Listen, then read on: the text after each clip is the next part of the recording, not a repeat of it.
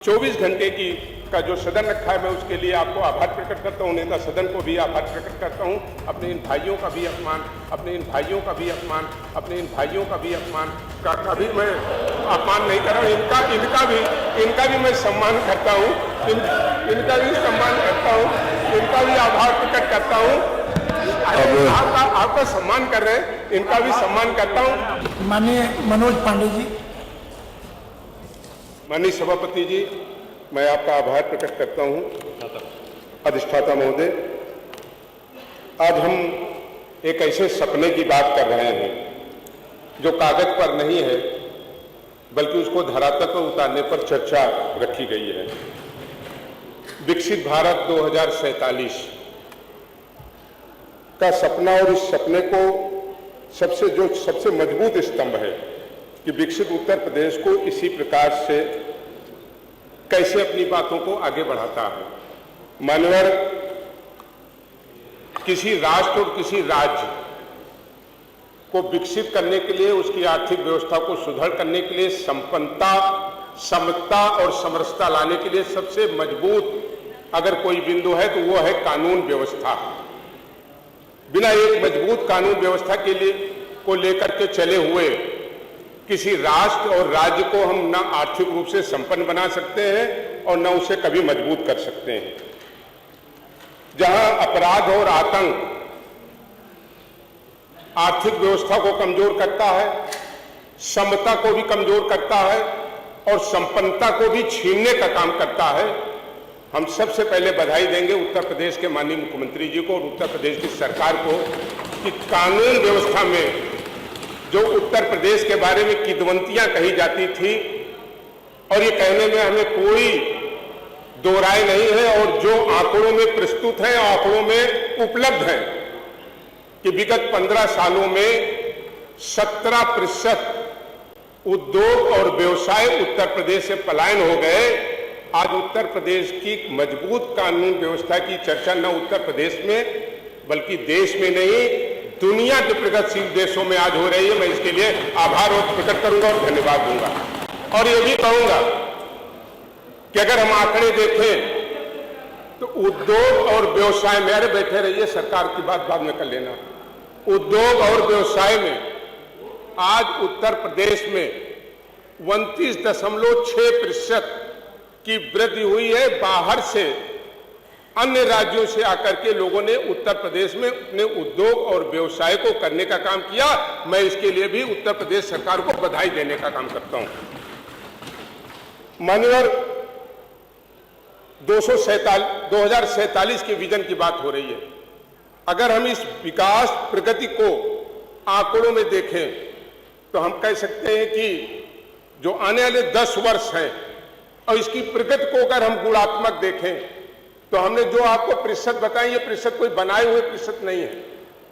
29.6% की जो उद्योग और व्यवसाय में वृद्धि हुई है, अगर इसको गुणात्मक करें तो 10 साल में उत्तर प्रदेश अपनी अच्छी कानून व्यवस्था के लिए ही न केवल राष्ट्र में बल्कि दुनिया के तमाम प्रगतिशील देशों से भी आगे बढ़ने का काम करेगा। इस विजन की मैं सराहना करता हूं।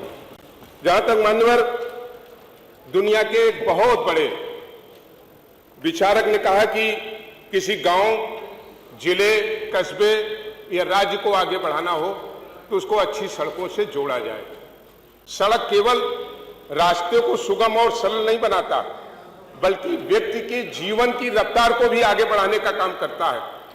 मैं बधाई दूंगा कि आज उत्तर प्रदेश देश के सबसे ज्यादा एक्सप्रेस देने वाले राज्यों की श्रेणी में खड़ा है। मैं माननीय मुख्यमंत्री जी को बधाई दूंगा।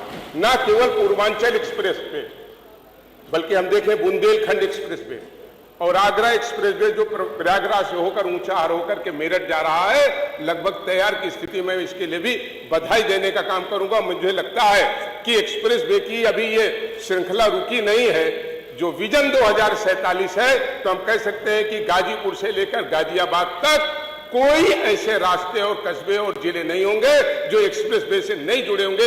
इस परिकल्पना के साथ सरकार बढ़ रही है और हमें पूरी उम्मीद है कि इस कल्पना के साथ जब आगे बढ़ेंगे तो न केवल किसान, न केवल व्यवसायी, न केवल उद्योगपति, बल्कि गांव में रहने वाले व्यक्ति की भी कहीं ना कहीं इकोनॉमी में ग्रोथ होगी, वो आगे बढ़ेगा, वो तमाम व्यवसायों में वो आगे बढ़ सकेगा। मान्यवर, भारत जिसमें हम रहते हैं और जिस उत्तर प्रदेश की सदन में आज एक ऐतिहासिक चर्चा रखी गई है, मान्यवर, देश और उत्तर प्रदेश का कि जो हम सबकी इकोनॉमी की रीढ़ है वो हमारा है किसान, अन्नदाता, जिसकी हम कहें तो उत्तर प्रदेश में ही लगभग 64.6% लगभग भागीदारी है। किसान अपना पूरा जीवन और पूरा सपना अपनी खेती पे देखता था। खेती बर्बाद हो जाती थी, उसका बेटी के विवाह करने का सपना टूट जाता था। खेती खराब होती थी तो बूढ़े बाप के इलाज के लिए भी संकट आता था और तमाम उसके सपने वहीं टूट जाते थे। मैं बधाई दूंगा उत्तर प्रदेश की सरकार कि जिस तरीके से लगातार किसानों के हित में काम करने का काम उत्तर प्रदेश की सरकार ने किया, और मैं भारत सरकार को भी बहुत धन्यवाद दूंगा। पहली बार आजादी के बाद कोई एक ऐसी सरकार आई जिसने अपने बजट का एक बहुत बड़ा हिस्सा उसने इन किसानों के लिए किसान सम्मान निधि के रूप में देने का काम किया। ये एक इतिहास है और इतिहास बनकर के रहेगा, इसे कोई मिटा नहीं सकता।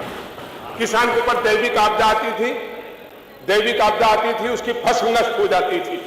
हम धन्यवाद देंगे माननीय मुख्यमंत्री जी को, 2 बार ओलावृष्टि और दैविक आपदाएं आई और जिन क्षेत्रों में आई इतने कम समय में अगर सरकार ने भुगतान करके अन्नदाताओं को राहत पहुंचाने का काम किया, इसके लिए हम सराहना करते हैं। निश्चित रूप से आज उत्तर प्रदेश का किसान फिर पैरों पर खड़ा हो गया एक नए विजन के साथ कि उत्तर प्रदेश का अन्नदाता और किसान मजबूत होगा। आने वाले दिनों में उत्तर प्रदेश के रोजगार का मुख्य साधन जो कभी कृषि रहा करता था, जिसे लोगों ने खत्म करने का काम किया, आने वाले दिनों में उसी श्रृंखला में वो आगे बढ़ने का काम करेगा। माननीय, हमारा 6 मिनट हुआ। हाँ, 5 ही थे, एक ज्यादा। माननीय, अगर इस सदन में हम दुनिया के सबसे बड़े आयोजन कुंभ की अगर चर्चा न करें तो ये सदन की ये कार्रवाई पूरी नहीं मानी जाएगी। दुनिया का सबसे बड़ा आयोजन हुआ कुंभ, दुनिया का सबसे बड़ा कार्यक्रम। पूरी दुनिया के देशों ने इसकी सराहना किया, कल्पना नहीं किया था लोगों ने इतनी बड़ी संख्या, और इतनी बड़ी संख्या जब एक साथ इकट्ठा हो तो सुगमता से, सरलता से और सुरक्षा से कैसे ये व्यवस्था होगी लोग कल्पना करते थे। लेकिन मैं बधाई दूंगा, अरे मरे और मारने वाली सब खबरें आपने ही चलाई। मैंने पिछले सदन में कहा था कितनी दुखद स्थिति है मान्यवर, जब ब्रिटेन इसकी सराहना किया, फ्रांस ने इसकी सराहना किया, ऑस्ट्रेलिया ने इसकी सराहना की, यूएस ने इसकी सराहना किया, तो हमारे ही अंदर बैठे हुए कुछ विभीषण वो कुंभ के बारे में झूठी खबरें चलाने का काम विभीषण कर रहे थे। इससे ज्यादा और कुछ नहीं हो सकता। ये तो वो देश है। हमारे एक साथी भी हिंदू की बात कर रहे थे। मैं तो सभी धर्मों का सम्मान करता हूं, लेकिन हम कहना चाहते हैं हिंदू के ग्रंथ और धर्मों को आपने पढ़ा नहीं, और जब तक आप एक को पढ़ेंगे नहीं और दूसरे से कंपैरिजन नहीं करेंगे तो कभी नहीं पाएंगे। यहां तो ये भी लिखा है, कुछ मैं नाम नहीं लेना चाहता हूं, हत्या करो, मारो और काटो, आपको बड़ी उपलब्धि मिलेगी। हिंदू के किसी पुराण ग्रंथ, गीता, रामायण, रामचरितमानस में दिखा दीजिए हिंदू से बड़ा सायुर, हिंदू से बड़ा उदारता, और हिंदू ये एक ऐसा धर्म है जिसने सबको साथ लेकर के चलने का काम किया। हमारे एक साथी अम्बेडकर जी की बात कर रहे थे। हम सब अम्बेडकर जी के संविधान और अम्बेडकर जी के प्रति नतमस्तक रहते हैं। आधी अधूरी बात तो बाकी आपने अम्बेडकर जी की बात नहीं पढ़ी। अम्बेडकर जी ने क्या कहा? अम्बेडकर जी ने कहा हिंदू एक ऐसा धर्म है जो सहृदयता और मानवीय दृष्टिकोण से ओतप्रोत है। आपने तो अपने हिसाब से उसको दृष्टांत दे दिया। अरे पढ़ना तो पूरा पढ़िए ना अम्बेडकर जी। और आप आज उन लोगों को अपमान कर रहे हैं, कांवड़ियों का अपमान कर रहे हैं, कांवड़ियों के बारे में अशब्द बोल रहे हैं। भारत की संस्कृति, मान्यवर एक सेकंड में खत्म कर रहा हूं, भारत की संस्कृति और भारत की सभ्यता और संस्कार बड़ा विराट है। दुनिया में इसलिए नहीं हमारी पहचान है कि हम कोई बहुत शक्तिशाली आर्थिक रूप से संपन्न देश। हमारी विराट संस्कृति, हमारी सभ्यता, यही भारत की पहचान है। वो कांवड़िया भी भारत के संस्कार है, सभ्यता है, उनकी पहचान दुनिया की कोई ताकत नहीं खत्म कर सकता। उनका अगर अपमान करोगे तो भारत का अपमान करने जा रहे हो। इसलिए मैं आज की इस 24 घंटे का जो सदन रखा है, मैं उसके लिए आपको आभार प्रकट करता हूं, नेता सदन को भी आभार प्रकट करता हूं। अपने इन भाइयों का भी अपमान मैं अपमान नहीं कर रहा हूं, इनका भी मैं सम्मान करता हूं, इनका भी सम्मान करता हूं, इनका भी आभार प्रकट करता हूं। आपका सम्मान कर रहे हैं इनका भी सम्मान करता हूं। बहुत बहुत आभार, बहुत बहुत धन्यवाद। कुछ पुरानी बातें याद रही होंगी तभी ये शब्द निकल गया।